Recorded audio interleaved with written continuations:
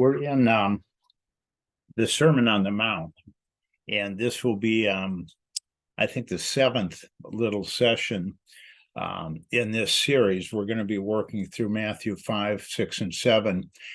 Jesus himself speaking uninterrupted through three chapters of the book of Matthew, the Gospel of Matthew. So this is important.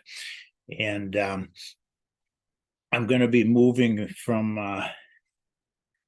Matthew 5, if I can read it here, 5:21 and following for a few verses this afternoon. The couple of things that I want to review and bear in mind as we work through this. Jesus started with the Beatitudes, what we call the Beatitudes, and these have less to do with character traits initially than they do with choices. I think what he's telling us is when the circumstances of life come at us, don't be triggered and don't be reacting out of our flesh, but take a breath, step back, choose a proper attitude towards them, and then act from that attitude, and that will change everything, including us internally, if we start practicing these choices. The second thing I wanted to bring up is Jesus will be consistently contrasting two operating systems: the kingdom of God and manna, what he called manna, which is a world system. God's operating system, the kingdom of God, is spiritual. Our operating system, the world system, is grounded in the flesh. What drives these two systems are, in the world, judgment and scorekeeping, and in the kingdom of God, mercy, no score. That's enough. We're not going to be doing that here, Ezra. Excuse my dog. So we're going to be contrasting those two systems, one which keeps scores and is focused, by the way, on ourselves, our self-consciousness. If you go back to the book of Genesis, when Adam and Eve sinned, they became aware that they were naked and they were ashamed. They became, in other words, self-conscious. A big part of our flesh is self-consciousness. A big part of moving into the spiritual realm and the spiritual operating system is to concentrate outward on God, God's principles, and other people, and get our focus off of ourselves. So I'd like us, as we move forward through the meat and the heart of the Sermon on the Mount now, to keep those couple things in mind, that Jesus is going to be contrasting these two systems, one grounded in keeping score and self-consciousness, where in effect we're on the throne, and the other grounded in mercy, no scorekeeping, and where God is on the throne and his principles and the things that we ought to be focused on. Book of James tells us, and I'm in James 2, 12 and 13, and this is a fairly concise, I think, summary of where we're going with this. It says, speak and act as those who are to be judged by the law that gives freedom, because judgment without mercy will be shown to anyone who has not been merciful. Mercy triumphs over judgment. And I want to repeat that punchline again. Mercy triumphs over judgment. If we can learn to stop keeping score and practice mercy towards others, we will ultimately internalize that, practice mercy to ourselves, and we will move under the law of freedom. As we move through this now, Jesus is going to be contrasting, okay, what goes on in the world around us as we perceive and react to it versus what's going on inside of us. Okay, so here we go. I'm in Matthew 5:21, and this is Jesus speaking. He said, "You have heard it was said to the people long ago, do not murder, and anyone who murders will be subject to judgment. But I tell you that anyone who is angry with his brother will be subject to judgment.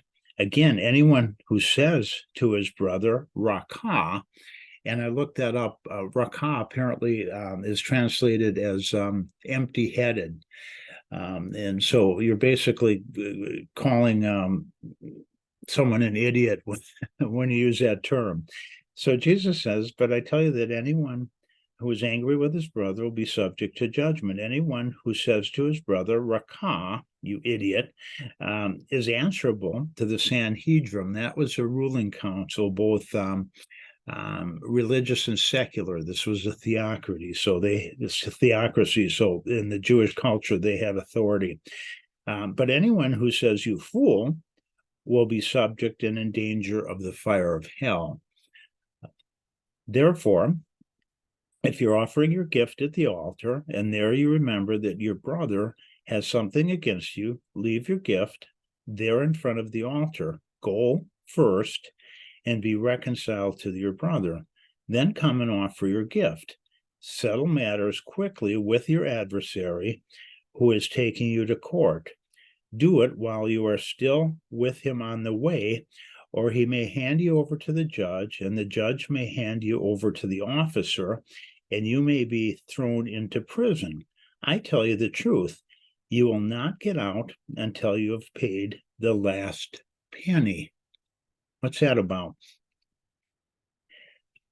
He's telling us, I think pretty clearly, don't bother going to church and doing your offering and doing your communion if you haven't fixed what's going on inside you.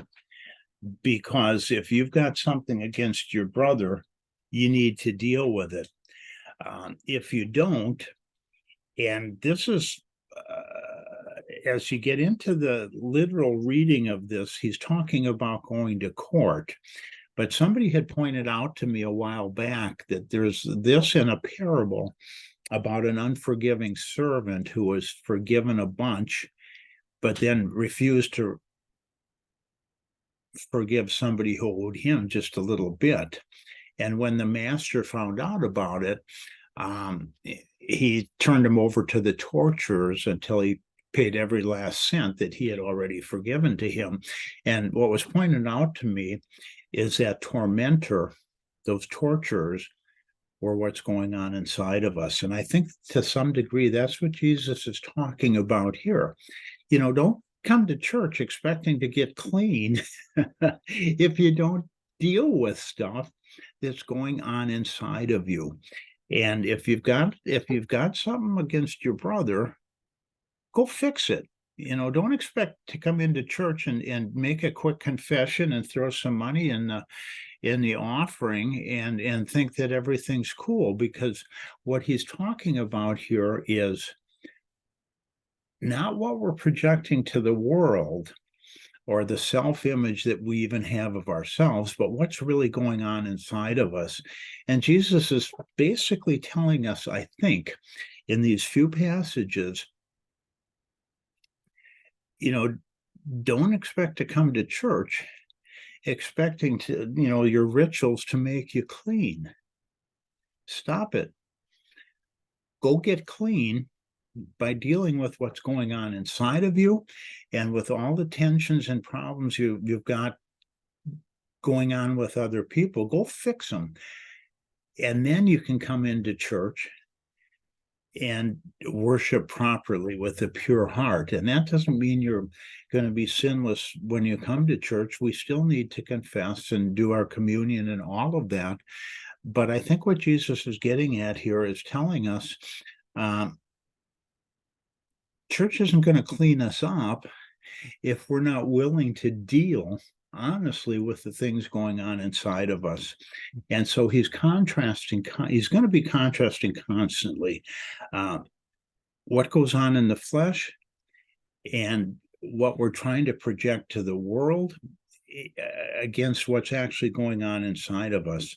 And we need to apply spiritual principles and act on those principles, beginning with our attitudes, if we're going to get cleaned up and be able to actually come and worship God in spirit and in truth.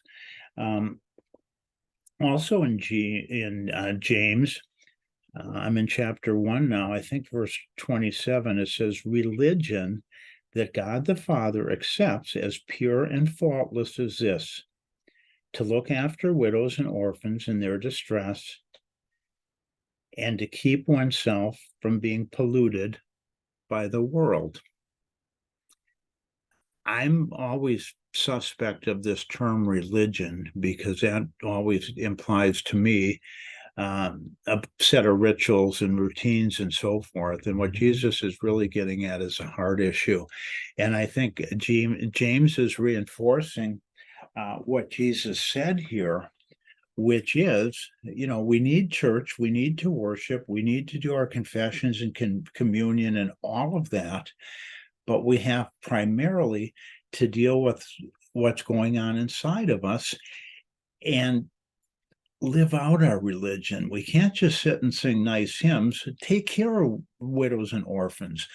Get your focus off yourself and focus on God, on other people. Get clean inside by fixing the things that are wrong, confessing the sins, the bad attitudes, all of that.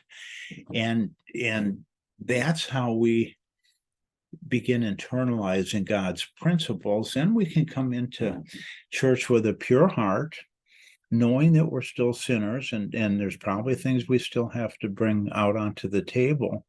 But Jesus, I think, is telling us here, don't just sit in church, sing hymns, take the bread and wine and think we walk out clean, because if it's worked no internal change, it's not doing us any good.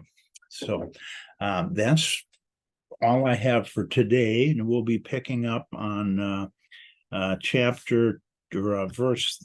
I can't even see it here. Verse 27 of chapter 5 in our next little session. I wanted to save that because it talks about adultery and marriage and all that, and that's going to be a kind of a tough one. So thanks for watching.